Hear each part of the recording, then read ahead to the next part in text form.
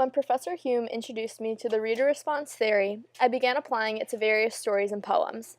When we read the short story Araby by James Joyce, I found that using reader response was extremely helpful.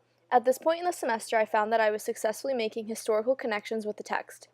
In the story, I was able to notice the difference between a child's life in the early 1900s compared to modern life today. On page 121, Joyce discusses how the children walk to school and play in the street. This is very different from children in the 2000s because many parents have stricter rules. Kids nowadays are more tech savvy, therefore they play outside significantly less than kids in the early 1900s. Being able to make this connection helped me better understand the short story, and it also allowed me to think outside of the text and connect it with my life today.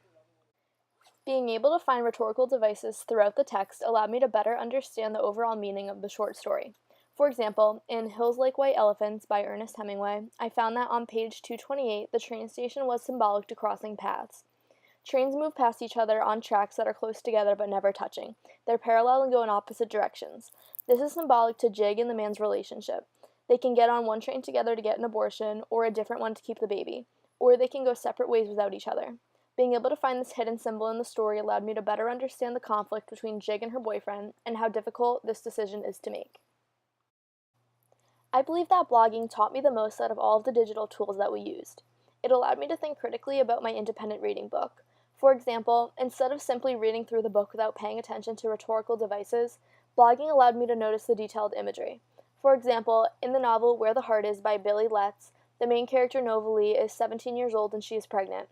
She is watching the majorettes in the parade.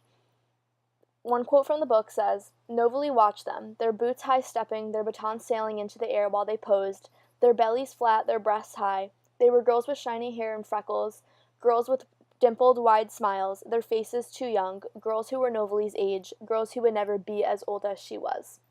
This section of imagery allowed me to imagine Novalee's envy because the majorettes are her age and she knows that she doesn't look like them at all.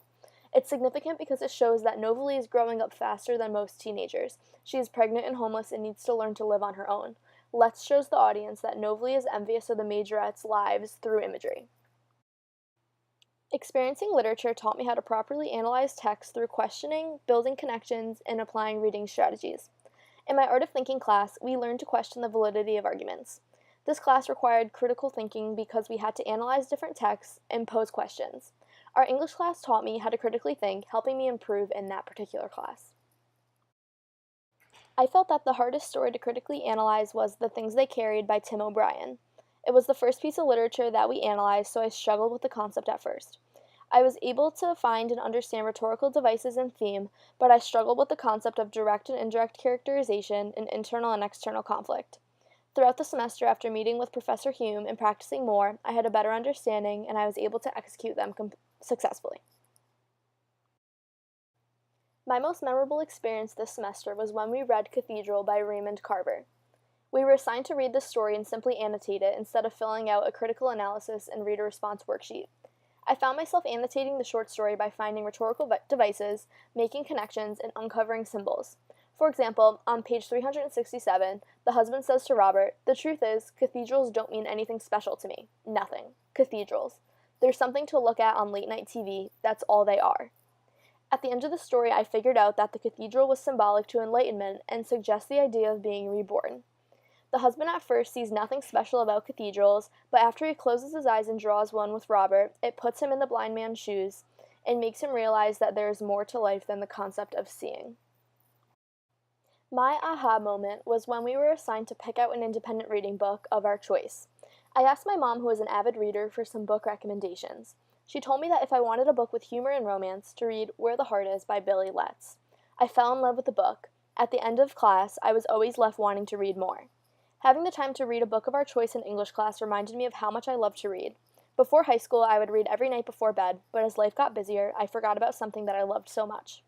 This reminded me that it is so important to take some time out of our hectic week to sit down and indulge in a good book. It also reminded me to always strive to be the best reader that I could be.